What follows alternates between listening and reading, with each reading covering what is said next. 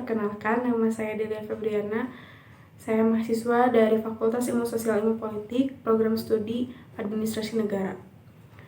Poin yang pertama yaitu jelaskan dasar berakhirnya penyebutan bahasa Melayu kuno dan jelaskan kapan era berakhirnya bahasa Melayu kuno.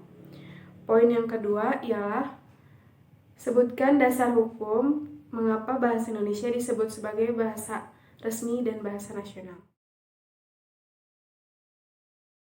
Dimulai dari sejarah bahasa Melayu. Bahasa Melayu ialah bahasa asli yang digunakan di dua daerah yang terhalang oleh Selat Malaka, yaitu wilayah Sumatera dan wilayah Semenanjung Melayu. Bahasa Melayu purba digunakan sebelum datangnya pedagang India ke Nusantara.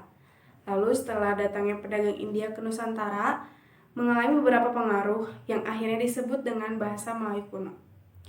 Pada masa itu, bahasa Melayu kuno berkembang sangat pesat karena bahasa Melayu kuno bersifat sederhana dan mudah sekali menerima pengaruh dari luar dan tidak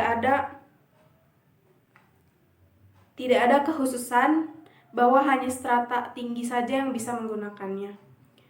Karena pada masa itu pun sebenarnya ada bahasa Sanskerta, tetapi bahasa Sanskerta hanya dikhususkan untuk para bangsawan, cendekiawan, dan para pemuka agama. Dan pada saat itu pun bahasa Melayu kuno banyak mendapat pengaruh dari bahasa Sanskerta karena banyaknya masyarakat yang menganut agama Hindu. Pengaruh Hindu dalam bahasa ini akhirnya juga membentuk sistem huruf atau penulisan menggunakan huruf Pallawa atau Dewanagari yang berasal dari India serta huruf Kavi yang merupakan modifikasi huruf Pallawa. Bukti yang berkaitan dengan pernyataan ini ialah ditemukan beberapa prasasti pada abad ke-7 Masehi hingga abad ke-10 Masehi yang berkaitan pula dengan sejarah kerajaan Sriwijaya. Pada masa itu ditemukan beberapa prasasti yang di dalamnya terdapat tulisan bahasa Melayu kuno yang menggunakan aksara Pallawa. Lalu kapan masa berakhirnya bahasa Melayu kuno di Nusantara? Singkatnya, pada abad ke-13, agama Islam mulai merebak di Asia Tenggara, yang akhirnya negara-negara di Asia Tenggara mengalami beberapa perubahan. Salah satunya yaitu Nusantara, yang tadinya didominasi oleh masyarakat yang beragama Hindu, akhirnya menjadi banyak juga yang beragama Islam. Dan hal itu pasti dipengaruhi karena masuknya pedagang dari Arab ke Indonesia atau ke Nusantara. Maka pada masa itu terjadi peralihan yang asalnya bahasa Melayu kuno dipengaruhi oleh Sanskerta dari agama Hindu beralih menjadi bahasa Melayu klasik yang di dalamnya terjadi beberapa pengaruh dari bahasa Arab.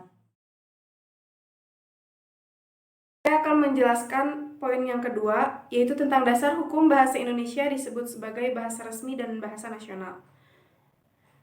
Dalam Undang-Undang Republik Indonesia Nomor 24 Tahun 2009 tentang bendera, bahasa, dan lambang negara serta lagu kebangsaan, disebutkan dalam pasal 25 ayat 1 berbunyi, bahasa Indonesia yang dinyatakan sebagai bahasa resmi negara dalam pasal 36 Undang-Undang Dasar Negara Kesatuan Republik Indonesia tahun 1945 bersumber dari bahasa yang diikrarkan dalam Sumpah Pemuda tanggal 28 Oktober 1928 sebagai bahasa persatuan yang dikembangkan sesuai dengan dinamika peradaban bangsa.